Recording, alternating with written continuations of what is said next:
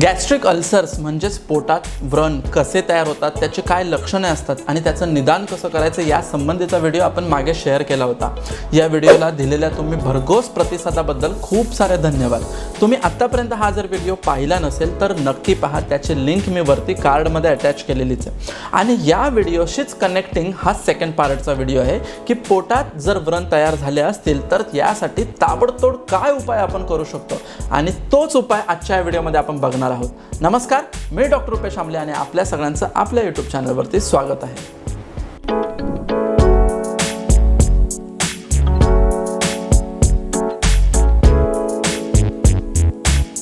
जर आपल्या शरीरावर कुठे जखम झाली किंवा आपल्या तोंडामध्ये जर व्रण असतील तर आपण ॲटलिस्ट ते औषध बोटावर घेऊन त्या ठिकाणी लावू शकतो। परंतु पोटामध्ये खूप आतमध्ये जर व्रण उत्पन्न झाले असेल तर अशा ठिकाणी आपण औषध कसे बरं लावणार?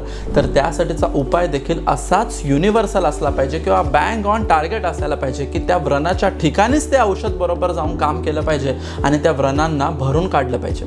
कारण हे जर पोटात आपल्याला व्रण असतील तर ज्या वेळेस आपल्याला भूक लागते त्यावेळेस ते ॲसिड पुन्हा त्या व्रणांवरती पडतं आणि आपल्याला पोटामध्ये दुखत असतं किंवा बऱ्याच लोकांना खाऊन झाल्यानंतर 2-3 तासानंतर पोटामध्ये दुखत असतं। म्हणजेच काय की ज्यावेळेस अन्नपदार्थ पोटामध्ये जातात तर त्यामुळे त्या व्रणावर त्या अन्नपदार्थांची कोटिंग होते आणि त्यामुळे ॲसिडचा आणि व्रणाचा कॉन्टॅक्ट येत नाही, पोटात दुखत नाही। पण 2-3 तासांनंतर जेव्हा अन्न पुढे ढकललं जातं त्यावेळेस पुन्हा ते ॲसिड व्रणांवर पडतं आणि आपल्याला दुखतं। त्यामुळे आपल्याला ते औषध अशा पद्धतीने घेतलं पाहिजे, जेवणाच्या अगोदर, जेवणाच्या मध्ये आणि जेवणाच्या नंतर, की जेणेकरून त्या व्रणांवर त्याची एक्झॅक्ट ॲक्शन होईल आणि ते व्रण लवकरात लवकर भरून येतील। तर चला सुरू करूया या व्रणांचा बरा करण्याचा सगळ्यात पहिला उपाय, आवळा चूर्ण।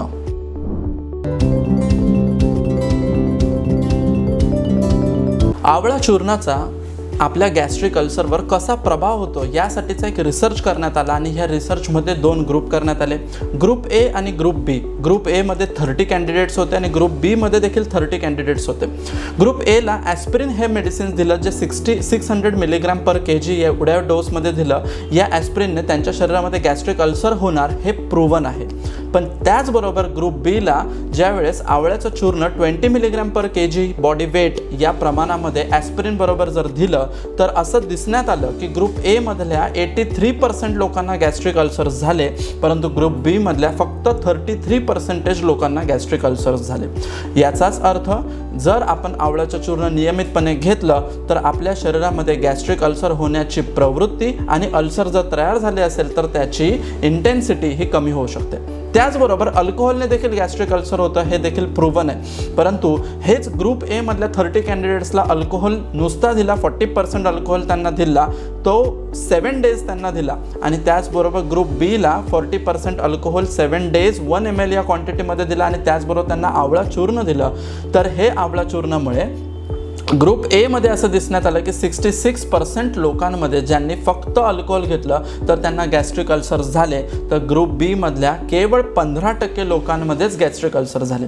म्हणजे आवळा चूर्ण एवढे इफेक्टिव्ह आहे की त्यामुळे गॅस्ट्रिक अल्सर होण्याची टेंडन्सी, इंटेन्सिटी आणि सिव्हिअरिटी हे तिन्ही पद्धतीने कमी होऊ शकते।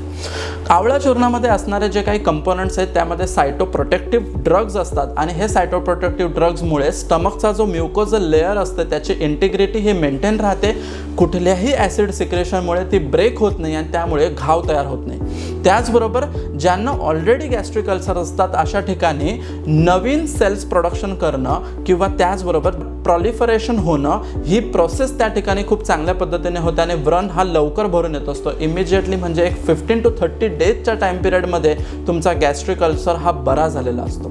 याचबरोबर आवळ्यामध्ये जे शीतवीर्य असतं त्यामुळे ॲसिडचं जे प्रमाण असतं ते देखील कमी झालेलं असतं, ॲसिडची जी उष्णता असते ती देखील कमी झालेली असते आणि आपल्या शरीरामध्ये किंवा पोटामध्ये सिक्रेट होणारे जे ज्युसेस असतात ते रेग्युलराइज होत असतात आणि त्यामुळे गॅस्ट्रिक अल्सर्स हे लॉंग टर्मसाठी बरे होतात।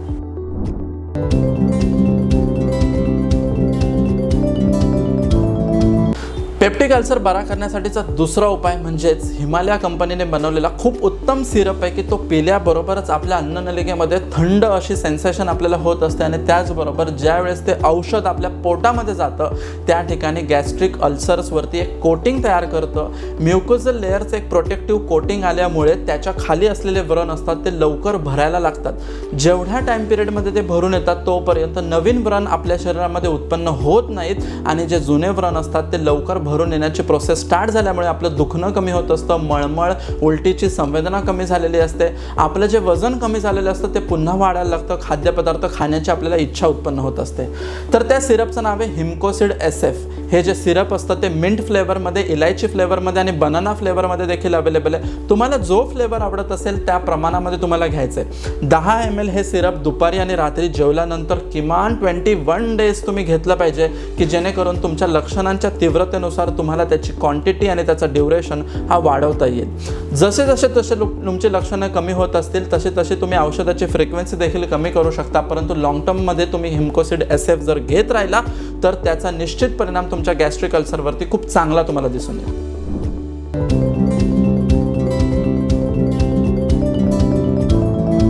गॅस्ट्रिक अल्सरसाठीचा तिसरा प्रमुख उपाय म्हणजे पंचतिक्त घृत. बऱ्याच जणांना हे जे पोटातले अल्सर्स असतात हे उपचारानंतर बरे होतात, परंतु त्यांना वारंवार पोटामध्ये अल्सर होण्याची ही प्रवृत्ती चालूच असते.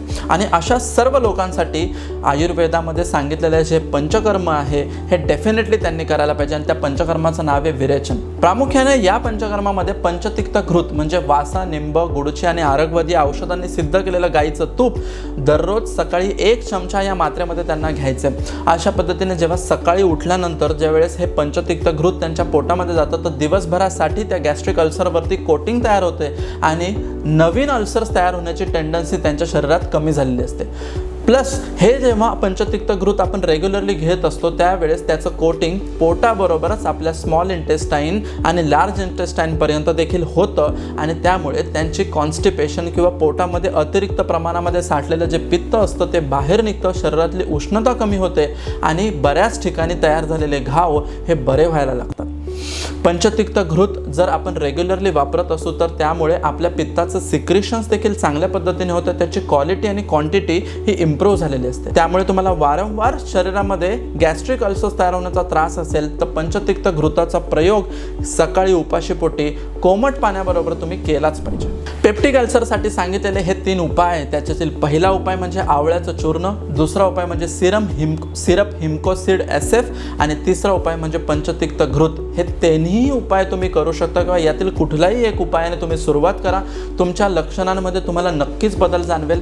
आणि हे उपाय करत असताना तुम्ही मसाल्याचे पदार्थ कमीत कमी प्रमाणात खाणे, वेळेवर जेवणे, रात्रीची झोप व्यवस्थित घेणे आणि त्याचबरोबर तुमची लाईफस्टाईल चांगली ठेवणे या सगळ्या कारणांचा विचार करा आणि त्यानुसार तुमची लाईफस्टाईल बनवा. डेफिनेटली तुमचा गॅस्ट्रिक अल्सरचा त्रास हा नक्की कमी होईल. या व्हिडिओ संदर्भात किंवा या उपायांसंदर्भात तुम्हाला जर काही शंका असेल तर मला कमेंटमध्ये जरूर विचारा. आवळ्याचं चूर्ण तर तुम्हाला इमिजिएटली कुठल्याही आयुर्वेदिक स्टोअरमध्ये मिळेल. सिरप हिमकोसिड SF ची लिंक मी खाली डिस्क्रिप्शनमध्ये दिलेलीच आहे आणि पंचतिक्त घृताची लिंक देखील खाली डिस्क्रिप्शनमध्ये. तुम्हाला जर हवा असेल तर त्या ठिकाणाहून तुम्ही परचेस करू शकता. हा व्हिडिओ आवडला असेल तर जास्तीत जास्त लोकांपर्यंत शेअर करा, लाईक करा आणि अशाच इन्फॉर्मेटिव्ह व्हिडिओसाठी माझ्या चॅनलला सबस्क्राईब करा. बेल बटन दाबायला विसरू नका. भेटूया अशाच नॉलेजेबल आणि इन्फॉर्मेटिव्ह व्हिडिओसह नवीन व्हिडिओमध्ये. तोपर्यंतसाठी धन्यवाद. Thank you so much.